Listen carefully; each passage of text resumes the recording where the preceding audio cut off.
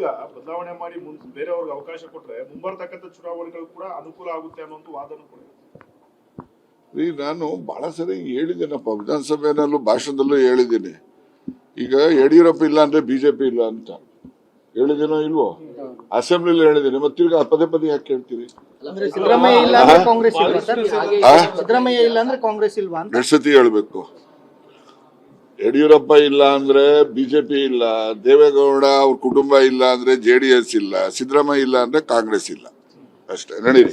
ಮುಂದೆ ಕಾಂಗ್ರೆಸ್ ಪಕ್ಷ ಉಳಿಬೇಕು ಅನ್ನೋದಾದ್ರೆ ಹೈಕಮಾಂಡ್ ಅವ್ರು ಗಮನಿಸಬೇಕು. ಕಾಂಗ್ರೆಸ್ ಪಕ್ಷ ಎಲ್ಲ ಜಾತಿಯವರೆಗೂ ರಕ್ಷಣೆ ಮಾಡ್ತಕ್ಕಂಥದ್ದು ಕಾಂಗ್ರೆಸ್ ಪಕ್ಷ. ಈಗ ಉದಾಹರಣೆಗೆ ತಗೊಳ್ಳಿ, ದೇವರಾಜ ಅರಸರು, ಅವ್ರಿಗೆ ಇನ್ನೊಬ್ಬ ಶಾಸಕ ಇಲ್ಲ ಅವ್ರ ಜಾತಿಯವರು. ವೀರಪ್ಪ ಮೊಯ್ಲಿ ಅವರು ಮುಖ್ಯಮಂತ್ರಿ ಆಗ್ಬೇಕಾದ್ರೆ ಇನ್ನೊಬ್ಬ ಶಾಸಕ ಅವ್ರ ಜಾತಿಯವರು ಇರ್ಲಿಲ್ಲ. ಧರ್ಮ್ ಸಿಂಗ್ ಮುಖ್ಯಮಂತ್ರಿ ಆಗ್ಬೇಕಾದ್ರೆ ಇನ್ನೊಬ್ಬ ಶಾಸಕ ಅವ್ರ ಜಾತಿ ಇರ್ಲಿಲ್ಲ. ಆದ್ರೆ ಎಲ್ಲ ಸಣ್ಣ ಜಾತಿಗಳಿಗೂ ಕೂಡ ಅಧಿಕಾರವನ್ನ ಕೊಡ್ತಕ್ಕಂಥದ್ದು ಅಂದ್ರೆ ಕಾಂಗ್ರೆಸ್ ಪಕ್ಷ ಮಾತ್ರ. ನೋಡೋಣ, ಹೇಳಿ ಬಿಜೆಪಿನಲ್ಲಿ ನಮ್ಮ ಪಕ್ಷ ಬಂದ್ರೆ ನಾಳಿಕೆ ಒಬ್ಬ ದಲಿತರನ್ನ ಮುಖ್ಯಮಂತ್ರಿ ಮಾಡ್ತೀವಿ ಅಂತ ಹೇಳಿ ನೋಡೋಣ. ಅವರು ಹೇಳಕ್ ಸಾಧ್ಯನೇ ಇಲ್ಲ.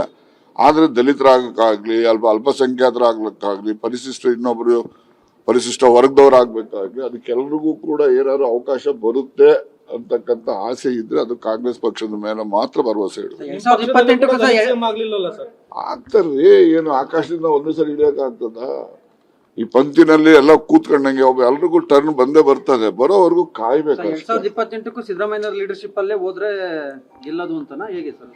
ನೋಡಪ್ಪ, ಅವರು ಈಸ್ ಎ ಮಾಸ್ ಪುಲ್ಲರ್. ಅವರು ಗೊತ್ತಾಯ್ತಾ? ಸುಮ್ಮನೆ ಅಸೂಯೆಗೆ ಯಾರು ಏನ್ ಬೇಕಾದ್ರೂ ಹೇಳ್ಕೋಬಹುದು.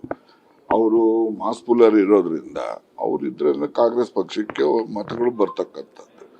ಇಲ್ಲ ಅಂತ ಹೇಳೋದು ಸಾಧ್ಯ ಇಲ್ಲ ಅಂತ ನನ್ನ ವೈಯಕ್ತಿಕ ಅಭಿಪ್ರಾಯ. ಅದು ಯಾರು ಒಪ್ಪೋದು ಬಿಡ್ಬೋದು, ಅದು ಅವ್ರವ್ರಿಗೆ ಸೇರಿದ್ದು.